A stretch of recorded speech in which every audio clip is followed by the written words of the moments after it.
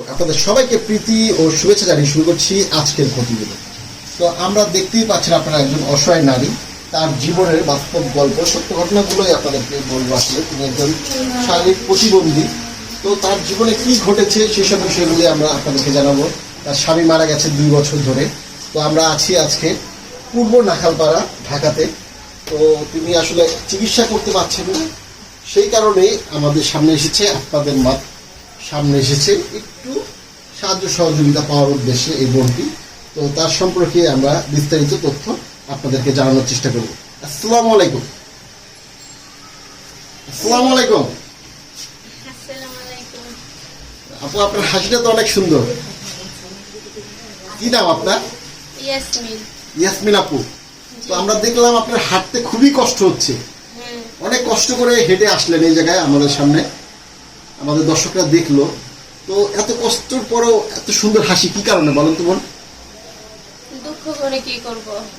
দুঃখ করে কি করবেন? একটু জোরে কথা বলুন, ঠিক আছে? দুঃখ করে তার জীবন পাল্টাইতে পারবো না, কিন্তু এখন বাঁচতে গেলে দুঃখ কষ্ট নিয়েই বাঁচতে হবে। তো ইয়াসমিন বোন, বর্তমানে আপনি কোথায় আছেন? এখন আমি নাখালপাড়া আছি। নাখালপাড়ায় আছেন। তো ঢাকার নাখালপাড়াতেই আছেন। আপনার জন্মস্থান কোথায়? আমার জন্মস্থান ব্রাহ্মণবাড়িয়া। ব্রাহ্মণবাড়িয়া। আচ্ছা, তো আপনার জন্মস্থান হলো ব্রাহ্মণবাড়িয়া। আপনার বর্তমানে কি সমস্যা হচ্ছে? আমার সমস্যা হচ্ছে যে আমার একটা কিডনিতে সমস্যা হয়েছে। আমার মেরুদণ্ড সোজা হয়ে গেছে আর কিডনির মাংস ফুললে ইনফেকশন করছে।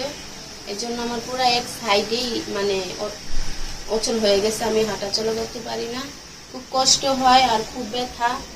তো এখন আমার তো আশেপাশে আর কেউ নাই। আমার মা ছিল, কিন্তু সে অসুস্থর কারণে বাড়িতে চলে গেছে, লকডাউনে আসতে পারতেছে না। তো এখন আমার পাশে দাঁড়ানোর মতন কেউ নাই। এখন আপনার পাশে দাঁড়ানোর মতো কেউ নাই? জি না। আপনার স্বামী তো মারা গেছে 2 বছর আগে। জি, আমার স্বামী মারা গেছে 2 বছর আগে। কি ঘটেছিল? তার টিবি রোগ হয়েছিল। তারও কিডনি রোগ ছিল? টিবি রোগ। টিবি রোগ? জি। আচ্ছা, টিবি রোগে আক্রান্ত হয়ে মারা গেছে নাকি? জি। তো আমরা যে এই যে ঘরটি দেখছি আপনার, এই ঘরটির মধ্যে যে থাকছেন, এই ঘরটির ভাড়া কত আপনার? এই ঘরটার ভাড়া হয়েছে যে 4000। 4000 টাকা এই ঘরটির ভাড়া। তো আমরা দেখছি তেমন কিছুই নাই আপনার এই ছোট্ট একটি ঘরের ভিতরে। তো এই যে 4000 টাকা ভাড়া, আজকে কি রান্না করেছেন বল? আজকে ডাল রান্না করছি আর করলা ভাজি করছি। ডাল আর করলা ভাজি রান্না করছেন? জি। তো কি রান্না করছেন আমরা একটু দেখি। দেখেন দর্শক, আপু উঠতে পারছেন না, আমরা একটু খুলে দেখাচ্ছি আসলে কি রান্না করেছেন তিনি। দেখতেই পাচ্ছেন তার সংসার। ডাল আর ভাত রান্না করেছেন। আচ্ছা, ঠিক আছে। তো যদি না বোন বসেন, বুঝতে পেরেছি আমরা। দেখতেই পাচ্ছেন দর্শক, ওনার একটা মিস্তুপ আছে, একটা সুকেস আছে, তেমন কিছুই নাই আসলে। তার পাশে দাঁড়ানোর মতো কেউ নাই এখন বর্তমানে। তিনি কি করে তার এই সংসার চালাচ্ছেন, আজকে যে ভাত রান্না করেছেন কিভাবে, সেসব বিষয়ে আমরা একটু জানার চেষ্টা করবো। তো জরিনা বোন, আপনি এখন কি করছেন আসলে? আমি তো এখন বিছনায় পড়া, আমি তো এখন কিছুই করতে পারতেছি না। তো আপনার তো একটা মেয়ে আছে নাকি? জি, আমার একটা মেয়ে আছে। মেয়ের নাম কি? মেয়ের নাম হয়েছে ইসরাত জাহান ইরা। ও কোন ক্লাসে পড়ে? 6-এ। 6-এ? এটা কি মাদ্রাসা নাকি? না, মনমিয়া স্কুলে, সরকারি স্কুলে। সরকারি স্কুলে পড়ে? জি। অল্প খরচে পড়াচ্ছেন নাকি? জি। তো এই সংসার খরচ চলতেছে কিভাবে আপনার? সংসার খরচ বলতে আমি একটা অফিসে টুকটাক কিছু মানে সাহায্য আনতাম চাই যে। তো এই লকডাউনে অফিস বন্ধ হয়ে গেছে, আমি অসুস্থ হয়ে গেছি। তো ওই যে পয়সাগুলো পাইছিলাম, এই পয়সাগুলো দিয়ে আমি কিছুদিন ট্রিটমেন্ট নিচ্ছিলাম আর কিছু সংসারে চালাইছিলাম। আর আমার ঘর ভাড়াটা আমার মা দেখছিল, কিন্তু এখন মা তো চলে গেছে, আমি অসুস্থ হয়ে গেছি। এখন আর মানে চলার মতন কোনো পথ দেখতেছি না, এই কারণে আপনাদের কাছে সাহায্যের হাত বাড়িয়েছি। আচ্ছা, তো আপনার মা দেখছিল বলতেছিলেন, তো আপনার মা কি করে আসলে? আমার মা ব্যাচেলার ঘর রান্না করতে, মানে ব্যাচেলারদের রান্না করে খুব কষ্ট করে আপনাকে একটু হ্যাঁ। সাহায্য সহযোগিতা করতে। হ্যাঁ। আপনারা ভাই বোন কয়জন? আমার ভাই নাই, আমরা 3 বোন। আপনার 3 বোন। একটা বড় ভাই থাকলেও তো হয়তো বা মাথার ছায়া হিসেবে আপনাদেরকে একটু সাহায্য সহযোগিতা করতে পারতেন নাকি? যদি না বোন, আমরা একটু কাগজপত্রগুলো দেখি আসলে আপনার। দেখুন দর্শক, আমরা রিপোর্টগুলো দেখুন। আমরা এটা একদম 100% একটা সত্য প্রতিবেদন, একজন প্রতিবন্ধী নারী। তো আপনার তো প্রতিবন্ধী কার্ড করা আছে নাকি? জি, প্রতিবন্ধী ভাতা পাচ্ছেন কত করে? 2100 টাকা। 2100 টাকা, এটা কি মাসে পান? 3 মাস পর। মানে 3 মাস পরে 2100 টাকা পান। হ্যাঁ। আর ঘর ভাড়া হলো 4000, খাওয়া দাওয়ায় কয় টাকা লাগে? খাওয়া দাওয়া মা মেয়ে খাই, তেমন খরচ খাওয়া দাওয়া লাগে না। মানে 2-3000 টাকা হইলে হয় মাসে? হ্যাঁ, এরকম হলে চলে। আচ্ছা, তো গরুর মাংস খাইছেন কবে লাস্ট?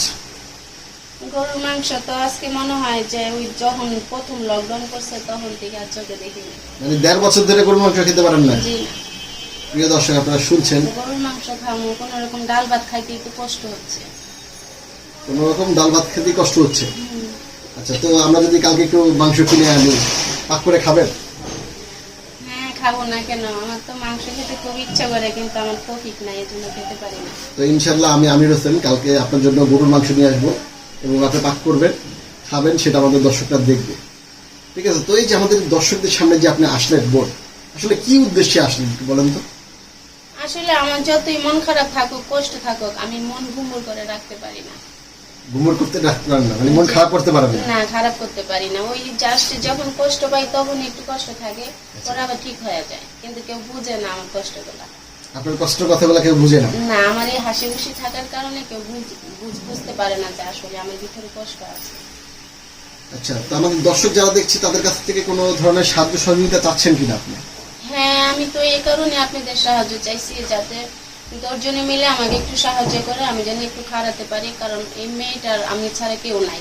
আচ্ছা, 10 জনের উসিলা যদি আমি হায়াত পাই জি। বা আমি একটু দাঁড়াতে পারি, তাহলে হয়তো আমার এই মেয়েটার আমি একটু ভবিষ্যৎ করে দিয়ে যেতে পারবো।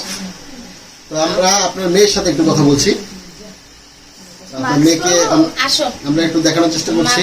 মাস্ক না না, মাস্ক পরার দরকার নাই। আপনি তো লুকোচুরির কিছু নেই, মাস্ক পরবেন কেন? আপনার ছোট্ট একটি মেয়ে, এটা হলো আপনার মেয়ে নাকি? জি। তো তার চোখে একটু সমস্যা দেখছি আমরা। তার চোখে একটু সমস্যা। আচ্ছা, ওর বয়স কত বললেন? আর 15। 15 বছর। এই সংসারে আপনারা এই দুইজনই নাকি? জি। আপনার কোনো ছেলে নাই? না, আমার একটাই মেয়ে। একটাই মেয়ে। জি। তো পরে ছেলে নেওয়ার চেষ্টা করলেন না, কি কারণে আসলে? আসলে ওর বাবার সাথে আমার সম্পর্ক ভালো ছিল না। যখন ওর 6 মাসের পেটে হয়েছিল তখন ওর বাবা আমার রেখে চলে গেছিল। 6 মাসের পেটে? হ্যাঁ। আচ্ছা, তখন আমি খুব কষ্টে অনেক কষ্ট করছি, বাসা বাড়িতে ওইখানে সেখানে একটা কাজ কইরা। তারপর আমার মাও তখন খুব অসহায় ছিল, আচ্ছা, তখন হেল্প করতে পারে নাই। পরে একজনের বাসায় একজনের উসিলায় ওই মেয়েটা হয়, সিজারে হয়, উনি সব খরচ দেয়। আচ্ছা। উনি আমাকে সাহায্য করে, সবকিছু করে, ওষুধ বড়ি সব খাওয়াতে আমাকে সুস্থ করে। তারপরে আমার মার কাছে নিয়ে আসে, ওই 6 মাসের পেটে নিয়ে যে ওর বাবার কাছ থেকে আসছি, আর যাই নাই। আচ্ছা, এটা কত বছর আগে? কোনটা? আপনার স্বামীর কাছ থেকে যে চলে আসলেন কত বছর আগে এটা চলে আসলেন? আমার তো এটা আনুমানিক কত সালের দিকে? নাই। 2004, 5 বা 10? মেয়ের বছর 15 চলে তো। আচ্ছা, 15 সালে। আমি 6 মাসের পেটে নিয়ে চলে আসছি, কিন্তু সাল টাল তো আমার মনে নাই। মানে এই যে 2005 বা 6 এর দিকে চলে আসলেন? হ্যাঁ। আচ্ছা, তো আজান দিচ্ছে, আমরা একটু পরে শুরু করছি। যে কেউ যদি আপনাকে একটু সহযোগিতা করতে চায়, আপনার সাথে যোগাযোগ করবে কিভাবে? আপনার কি কোনো মোবাইল নাম্বার আছে? মোবাইল নাম্বার আছে। মোবাইল নাম্বারটা কি এখন আছে নাকি পরে দিবেন? না, এখন দিতে পারবো না, দিতে হলে পরে নিতে হবে।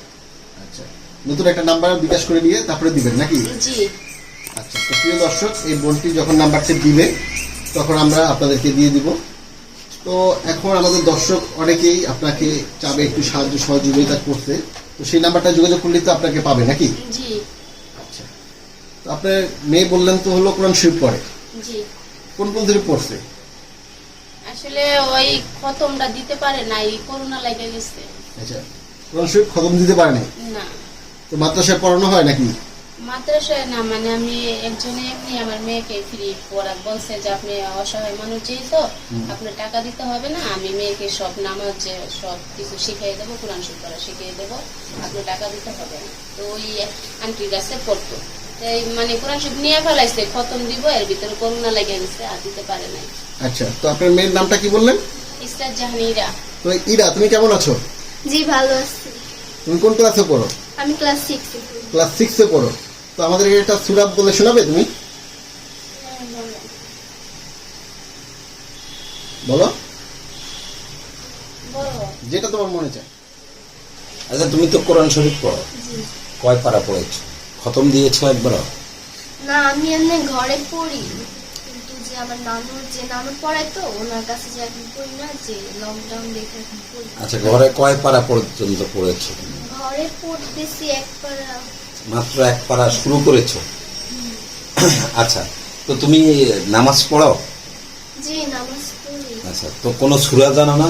নামাজ কি এমনি পড়ে? দেখছো মানে কেমন জানে হ্যাঁ? কয় না, লজ্জা লাগতেছে। আচ্ছা, কোন সূরাটা তোমার সবচেয়ে বেশি পছন্দ? বড় সূরা ফাতিহা। আচ্ছা, একটু বলো কি কারণে পছন্দ, সেটা একটু বলো তো।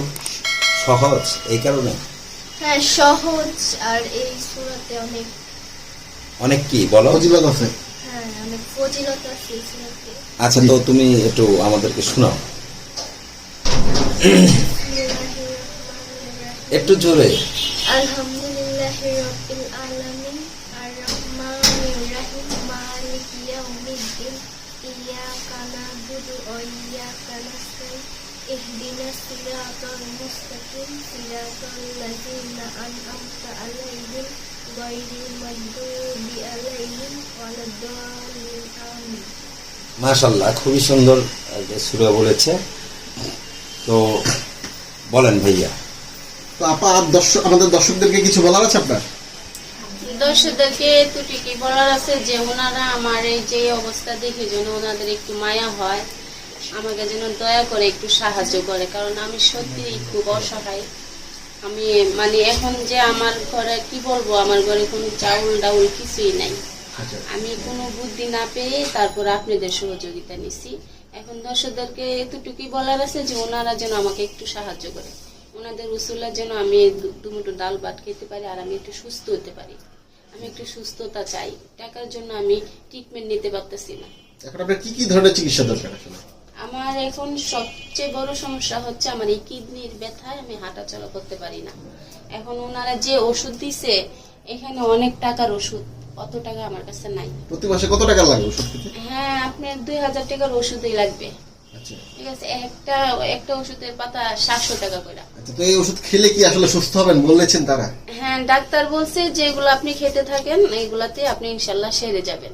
আচ্ছা, তার মানে প্রথম স্টেজে ধরা গেছে কিন্তু সমস্যাটা। হ্যাঁ, তো আল্লাহ রহমত করুক আপনাকে। তো সম্মানিত দর্শক, আপনারা যারা দেখলেন এই বোনটির জীবনের গল্প, বাস্তব সত্য ঘটনাগুলো, তো আপনারা সবাই মিলে যদি এই বোনটির একটু পাশে দাঁড়ান তাহলে আমাদের সার্থকতা। সেই কারণে এই ধরনের প্রতিবেদনগুলো আমরা করে থাকি। তো আপনারা সবাই ভালো থাকেন, সুস্থ থাকেন।